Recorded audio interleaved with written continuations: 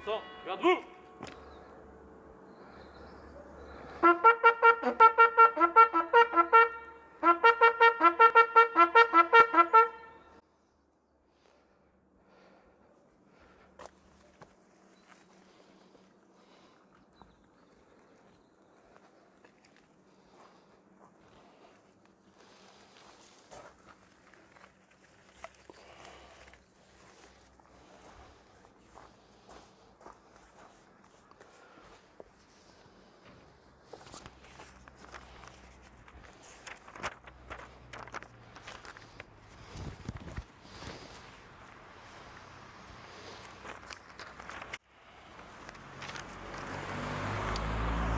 Journée nationale de commémoration de la victoire et de la paix.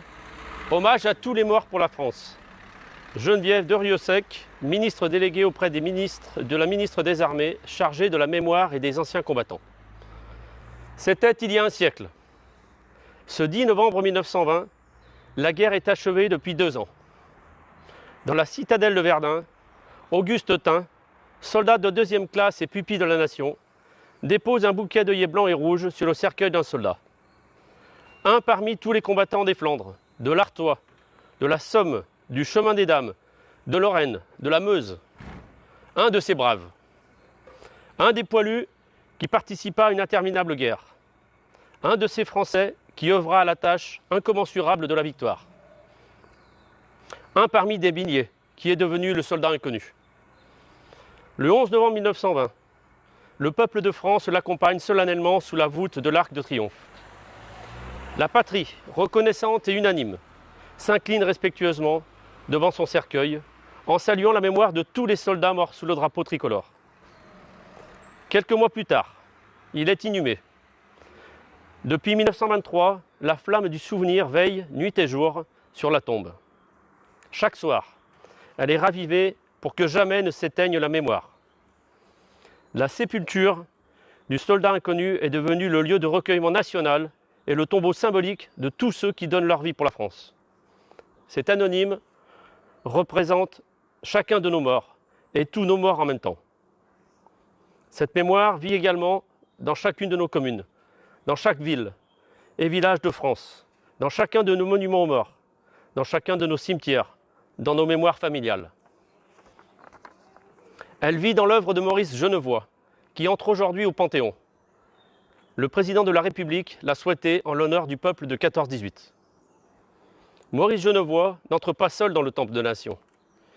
Il y entre en soldat des éparges, en écrivain et en porte-étendard de ceux de 14.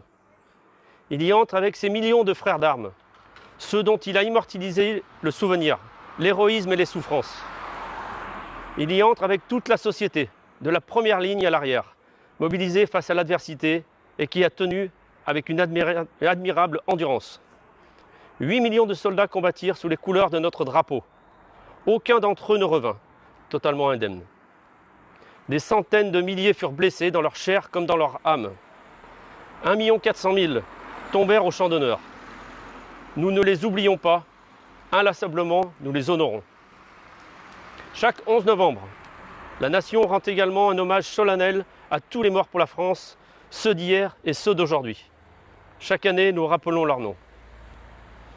Chaque 11 novembre est un moment d'unité nationale et de cohésion autour de ceux qui donnent leur vie pour la France, de ceux qui la servent avec dévouement et courage. En ces instants, au souvenir des événements passés et aux prises avec les épreuves de notre temps, nous nous rappelons que c'est tout un peuple uni et solidaire qui fit la guerre, qui la supporta et en triompha. Je vous demandais de respecter 1 minute de silence après la musique aux morts.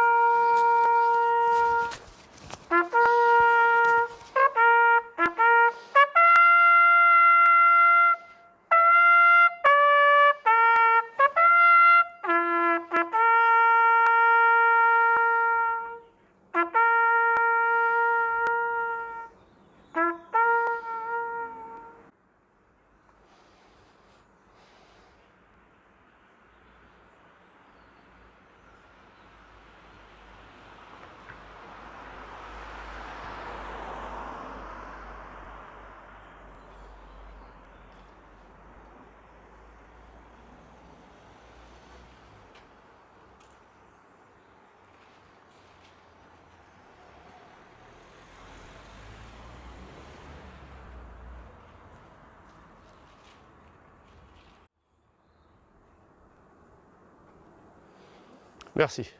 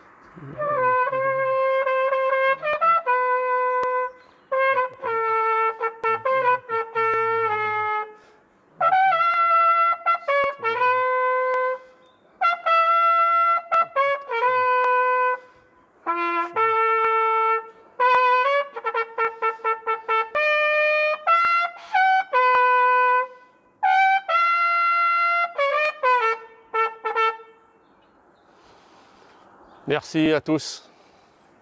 Merci pour nos anciens.